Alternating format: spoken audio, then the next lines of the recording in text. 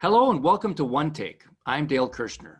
Today I'm talking with Chad Nesbit, who's CEO of Nesbit Agencies, which protects individuals, families, and businesses by providing customized insurance programs, risk management expertise, personalized customer service, and access to competitive pricing across all lines of insurance. Chad, welcome to One Take. Morning, Dale. Thanks for having me. You know, when it comes to the COVID-19 situation, just curious, what have you done with your company in terms of making changes to adapt to this COVID-19 economy that we have right now? Sure. It was certainly, like everybody in this world, it was unexpected. And one of the things in our organization, being in sales and the face-to-face interaction that we're so used to and the way that we prefer to do our business, this was a real pivot for us when this all started to roll out, and we really started to see how this was going to drag out a little bit longer than everybody anticipated. But what we did prior to this, which was advantageous and helped us as we worked through this, was we always had a disaster plan or contingency plan in place that was weather related. It was not pandemic related, just going to be honest, but we had it weather related, and also with technology being what it is now versus even 10 years ago, we had started to move all of our stuff into the cloud. The whole idea is that all of our groups, and I should mention that we have 18 locations or offices spread out across Minnesota, North Carolina, and Arizona, but everybody was moved to the same server and database, with the idea being that if we ever had a weather-related event, that we could quickly move and allow others to help service those clients from a different location. So we were set up and adapting to go that way for a weather event. We did not expect all offices to be affected by something that was going to happen at one time, and it's certainly not across the states. You know, if it happened, it'd be maybe in one small area, but never all 18. So fortunately, we had taken in advance of this, we had taken the steps that we could work at home. We had the ability to work at home, and that was just a matter of scaling that bigger than what we wanted. So that was certainly an adjustment. We did have to, like everybody else, scramble a little bit, get people into their places, which took surprisingly shorter than I was anticipating due to technology, but it was. Ladies and gentlemen, we're having technical difficulty. Chad, if you can hear me, it looks like you froze on the screen. Okay, and we are back. And Chad, what happened? Well, we were just talking about technology and how we got everything onto the cloud. And fortunately we did, because they're doing some construction across the street here, and they clipped the line. So I apologize for that. That was obviously not scripted. Hey, that's why it's called One Take. There you go. No one's going to doubt that this was not edited. Yep. Hey, that actually segues into another question I was going to ask you, though. When it sounds like those things were things that worked well, what hasn't been working well so far when it comes to COVID-19 related changes and this economy we're in right now? What are some things you're still grappling with? Well, the issues that we grapple with the most right now is, again, we're in a sales environment, and we're very much into a team approach to things. And when you can't collaborate directly face-to-face with everybody, you still have that challenge of not seeing somebody and not seeing the expression and not understanding maybe if when you're in the room with somebody, you can kind of tell if they've got an understanding of what you're talking about, or maybe you can see that they're kind of looking away, maybe disinterested, or whatever it might be. You can't take away from that face-to-face. And, you know, my opinion is that, you know, down the road, regardless of how well this has worked out, we'll be bringing everybody back, because I just think at the end of the day, you need to have that interaction in our particular service area. It's just something that we can do. Now, that the comfort also comes that I know that we can adapt quickly, which has been a good thing. So if something comes up, we know this plan can work, and it's worked on a massive scale here with all of them. So I'm very comfortable that it will work in a more intimate setting when we lose one or two to, you know, whether it be a weather related event or things like that. So the challenge, to answer the question, would be not being able to be in front of people. As much as we'd like to say that's going well, you still run into a challenge on that. It's I don't know how you make up for it without actually being there. How have you dealt with it so far? I mean, what has worked? I mean, are there certain technologies that might work better than others? Is there an approach to calling people or texting them? Any tips that you can give people right now in terms of what does help replace that personal time? Sure. I think what helps is exactly that the personal time is not going to be face to face for the most part. So the combination, the Zoom meetings, calling people, everything you just said, if you're doing that with your clients and staying front and center with them, is helping. Just in any way that you can continue to have that communication, or with people inside of your company, spending time calling them up and just, even if you're not talking about business, what's going on, how you doing? I haven't forgotten about you. Are things going well? Is everybody healthy? That kind of stuff is certainly going to help. And that's one of the benefits. My tip to anybody would be, even if you're not in a sales organization and you're not trying to reach out to people on a constant basis, to do so right now in this environment, because it's such a challenge. And some people do enjoy working at home, and they kind of like the solidarity, and they're saying they're getting more things done than they ever have in the past because they don't have this interference. But at the end of the day, they'll still call and want to know how things are going, and want to know how we're doing and how things are going forward, and what are things looking like, and those same types of things. So and it doesn't matter. Some people are okay with a phone call. Some people like this. Whatever combination you're using, as long as you're using one of them and you're using it consistently, I think you're ahead of the game. How about your clients? I mean, you deal with so many different businesses, and you mentioned 18 different locations, 3 different states. What have you been seeing from your clients that is like there one example of something that's working really well? And is there an example on the flip side of something that isn't working well and seems to be something a lot of people are still trying to work out? So with our clients, we're doing things on their basis. We're trying to work out however they want to communicate. What do they want to see? Even in situations where if they want to see us face to face, figuring out, with the mask and whatever the circumstances are, we're trying to be flexible to that without putting any employees. Obviously, we've left it up to the individual inside of our company. If they're not comfortable with the situation, let us know. But a client wants to see us, we want to make that happen. If they want to do a phone call, they're not comfortable with a Zoom, we want to adapt to whatever style that they want, so long as our employees are comfortable with it. And on their end, and speaking with the clients, we do a lot of hospitality, so they certainly have had a challenge. And where we're seeing success with them, some of them unfortunately don't have a choice just because of the nature of what they're in. You could be a remote supper club or something like that. It's difficult to get people to come in for takeout, and it's difficult to adapt quickly for delivery. But we have seen those that have been willing to kind of knock down the walls of how they've operated and to completely rethink what they're doing. They've done really well. And some of them, surprisingly to themselves, they really thought for a while, boy, there's really nothing that we're going to be able to do. They're not letting people come in here, and this is going to be a real challenge for us. And fast forward a few weeks and them making some adjustments on their end, where they got clever in the way that they were doing takeout, maybe doing some different specials, just the way that they rearranged their building and how they operated. They put a lot of their stuff closer to the windows. So yeah, tell us about that a little bit. There was that one client of yours where they were open, but nobody was coming in, and made that change. Well, it was a challenge. It was a restaurant, and the situation was that they had, typical of how a fast food restaurant would work, they've got in the back, you walk in, you walk through the seating area, and then you get up to the front where you order, and then you go back. And so when people walked by, even though they had the open sign up, they didn't see any foot traffic, and they were struggling with why this was happening.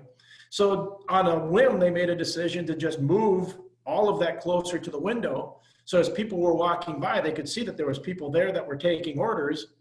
And literally overnight, a switch flipped and people realized they were open and they were available. And there was just something about the perception that surprised them the most, that if they knew that we were there and they knew that we were willing to service them and they didn't have to come across, they were willing to come in and give them business. So that was just something they tried, like I said, on a whim, and it worked out for them. And fortunately, it's worked out really well.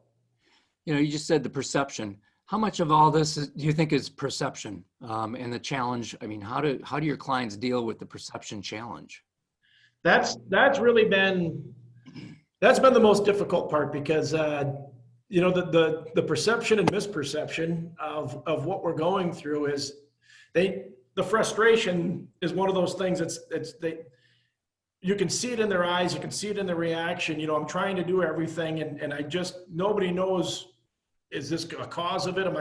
Nobody wants to spread it, but nobody also wants to be in a position where, you know, if you come in here, you're probably not going to get it, for God's sakes. We're going to be okay.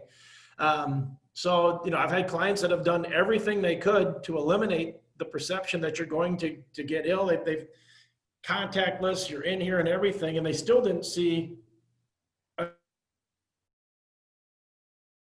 We had a client that, you know, just an example that I would give, wanted to take all the fears, subside all the fears that an individual could have in an environment where you had to go in for a closing. So this particular company was doing closings, and they couldn't get numbers. They could not get people in. They had a backlog of work to do, but they couldn't get people in to do it because they wouldn't be present. So they built a safe room and went out of their way, because they wanted everybody to feel like they're going to be healthy and it's okay. And they never saw an uptick. And then the perception came out that, okay, now we're going to open things up. You can go back out to restaurants. You can do a little bit more. And he said that overnight, nobody even cared if they were in the safe room. So you went from people not willing to even come in a contactless environment to coming in, and, you know, as long as people have masks on and we're 6 feet away, we're suddenly okay again. So it's such a challenging environment for everybody at that end. I don't know. The ones that are doing well right now, I guess, is to put it into a real short answer. The ones that are doing well are keeping their heads up, and you know, they're not letting the fear of this dictate what they're doing. And more than anything else, they're going out and finding other people that share that same opinion, that, you know, look, we got to keep knocking our head against the wall until we get through. We're going to be okay. This is going to pass. And if we sit back and do nothing and stay stale, then that's exactly where our business is going to go. So that's the biggest difference I'm seeing in clients that are really doing well right now and riding through this, or at least holding their own and riding through this, are just the ones that basically, no matter how hard this thing tries to push them down, they're keeping their head up and they're going forward. And on that note, how is your firm doing that? Are you anticipating a decrease in demand? You know, if we see more companies have financial challenges, you know, in 2021, and as they're planning for 2021, how is your book of business looking as a company as you're finishing up the year, and what are you doing to try to make sure you continue to grow revenues in 2021? Well, we kind of go as the economy goes on our end, especially because we do 90% of what we do is commercial insurance. So in a situation where you're seeing a reduction in exposures in certain areas, we're going to trend with that. But there's other industries that are doing well. I mean, there's other industries that are growing. And as a sales team in those areas, our company, one of the things that we've always done over the years is we've diversified. So we don't have all of our eggs in one basket. That was actually my role when I about 15 years ago, when I took over things, was, okay, we can't be doing the same thing all the time. What do we do if there's a hiccup here or a hiccup there? And we learned that we were doing a lot of construction business, not exclusively, but a lot of construction business. And when we saw a downturn there, we realized what can happen to the bottom line if you're not out there and into another area. Now, the benefit that we have as an insurance, being in the insurance business, is that every industry needs it. It's just, what's your expertise in that industry and what are your connections? So each time we acquired an agency, or each time that we were looking for a merger or some type of acquisition, we tried to find somebody that was not doing something that we already did. So we wanted it to be a different industry. So we expanded into agriculture, we expanded into the hospitality, into construction, into distribution. And then we got into other captive markets and things like that. So as we've grown in different directions, which was intentional. Yep. And again, it's a benefit of the business that we're in. Sure. A lot of people don't have that luxury. And on that note, are you looking for potential acquisition opportunities in the months ahead? Yeah, what we're looking at now is always anytime we have an opportunity to grow. So we're a family-owned business, and we made this decision. My father started the company back in 1974 by himself. So I mean, he really is a great American story, and I'd let him tell it, not me, because he can always tell it a little bit better with a bit more flair. But in going forward from there, when we made the decision, when I came on board, and I have a brother on board, I actually have two brothers and a sister on board, so it's all, we each do different things, but it's truly a family organization. But once you make a decision to grow, you're in. You know, you can't stop that motion. You need to continue to go out and figure out where's our next growth opportunity, whether that be acquisition organically. Are we going to hire staff? Are we going to go acquire people? What are we going to do? But you can't sit idle, because if you sit idle, then you might as well put yourself on the block and let somebody acquire you. And you know, one of the things that we've always said is that we acquire to not be acquired. So that's kind of our little internal pitch. You know, we want, if you like what we're doing, and that's what we tell the team, if you like the way that this is going, then we all have to get on board and understand that this is going to be an evolution and there's going to be change. Yep. And then when we're bringing people in, you know, that should make you feel good, because our investment in capital is going back into growth, and that helps all of us. Is there a question I should have asked you today that we haven't gotten to yet? The one thing that in this that I'm hoping other people are starting to find too is that, you know, where we're really starting to see success with a lot of the company people and the clients that we're working with are the ones that are not, as much as this can get on you, they're not letting it take them completely down. You know, they understand it's there, they're conscious of it, but man, their attitude is just so good. And that's really where we're seeing things. And I'd love to share and hear more about people that are saying that, you know, the biggest challenge is, you know, you get a lot of this information and it's dragging you. How do you keep people with their heads up and tell them that, you know, it's okay to be bold and move forward, and we're not all going to die. We're going to be okay. Well, how do you do that with your folks? You know, we've talked a little bit about how polarized it is right now. So Yeah. how do you say that to people in a way so they don't look at you as I should sue you for even Sure. saying those things? Yeah, my approach is, you know, being from a small town, you take that kind of folksy thing, but it's understand that we're not going to be always of the same opinion, but we can both be positive. You know, you can come at it from the left, I can come at it from the right, and we can still meet in the middle being positive about it. It's okay to have an opinion. There's nothing wrong with that. And it's okay to disagree with somebody's opinion. It's nothing but an opinion. But if you start pushing this negative, you know, and putting people down for their opinion instead of just saying, okay, respect it, let's build this thing up, we're going to be okay. Then that, when I'm on talking to somebody, and I've got plenty of people that, you know, disagree politically or whatever with whatever I've got going on, we don't get into that.